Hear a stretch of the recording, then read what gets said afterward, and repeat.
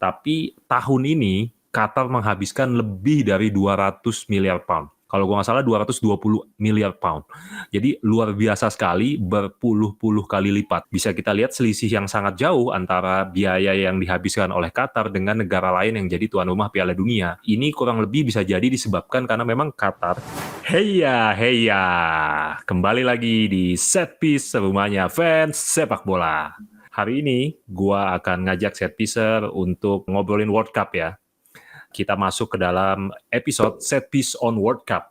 Di episode 2 kali ini, gue masih akan ngebahas seputar penunjukan tuan rumah Qatar di Piala Dunia 2022. Yang mana katanya Piala Dunia kali ini akan menjadi Piala Dunia yang termahal sepanjang sejarah. Kalau gue nggak salah kemarin di episode 1, Angga sudah bahas seputar kontroversi ya yang terjadi dalam penunjukan Qatar sebagai tuan rumah Piala Dunia. Buat yang belum nonton videonya juga masih bisa lihat di sini. Di episode 2 kali ini, gue akan bahas seputar Qatar yang menurut gue juga terlalu dipaksakan nih untuk jadi tuan rumah Piala Dunia kali ini. Coba kita lihat beberapa faktanya ya. Yang pertama, Piala Dunia kali ini di Qatar akan menjadi Piala Dunia yang pertama diadakan di Timur Tengah. Qatar juga merupakan negara Asia kedua setelah Korsel dan Korea dan Jepang ya, yang di tahun 2002 kemarin. Piala Dunia ini akan diadakan di bulan November besok sampai dengan pertengahan Desember dan akan menjadi Piala Dunia yang infonya Piala Dunia yang paling menghabiskan biaya terbesar. Kenapa? Karena mungkin gue bisa spot beberapa hal ya. Jadi walaupun Piala Dunia kali ini akan diadakan di musim dingin, tapi tetap suhu di Qatar itu, kalau teman-teman set piecer tahu, di siang hari pun ini masih tinggi, masih panas ya. Dan menurut catatan kita, Qatar itu menghabiskan lebih dari 200 miliar pound untuk infrastruktur, termasuk, coba lu bayangin, membuat stadion ber-AC, ya kan?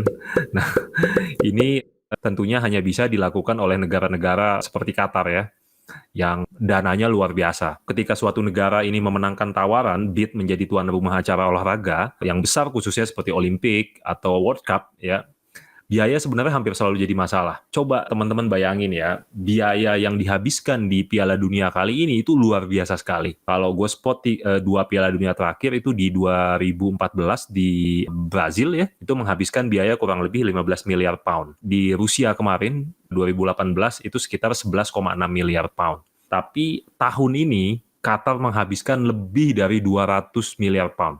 Kalau gue nggak salah 220 miliar pound. Jadi luar biasa sekali, berpuluh-puluh kali lipat.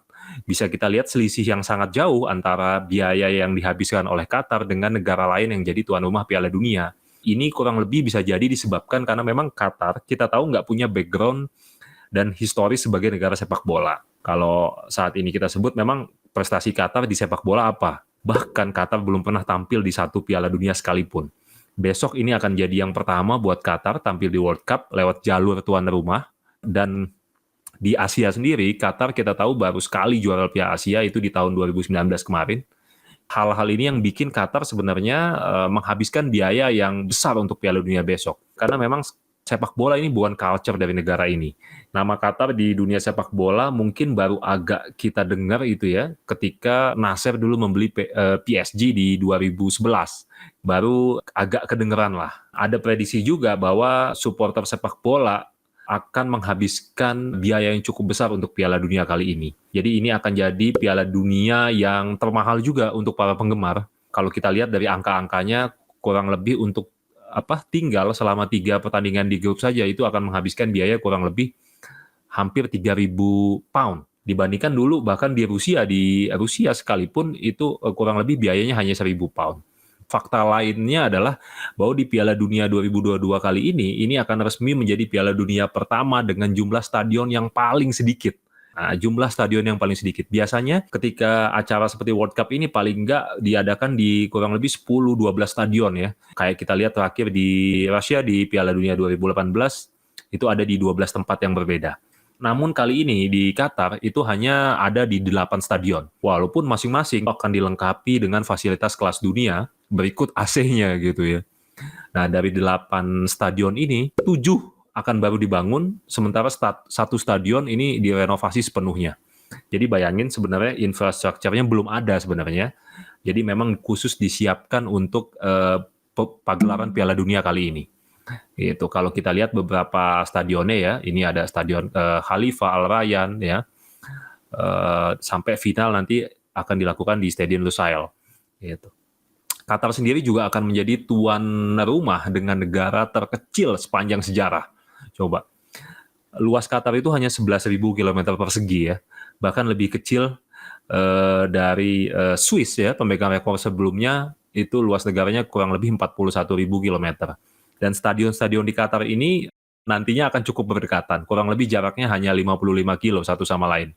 Buat supporter sendiri ini bisa menghadiri 3 pertandingan dalam satu hari. Nah, mungkin itu satu-satunya nilai positif dari Piala Dunia Qatar kali ini. Karena dengan jarak yang nggak jauh, rasanya ini akan menguntungkan satu buat pemain ya. Pemain nggak perlu menguras energi untuk melakukan perjalanan dari satu tempat ke tempat lain.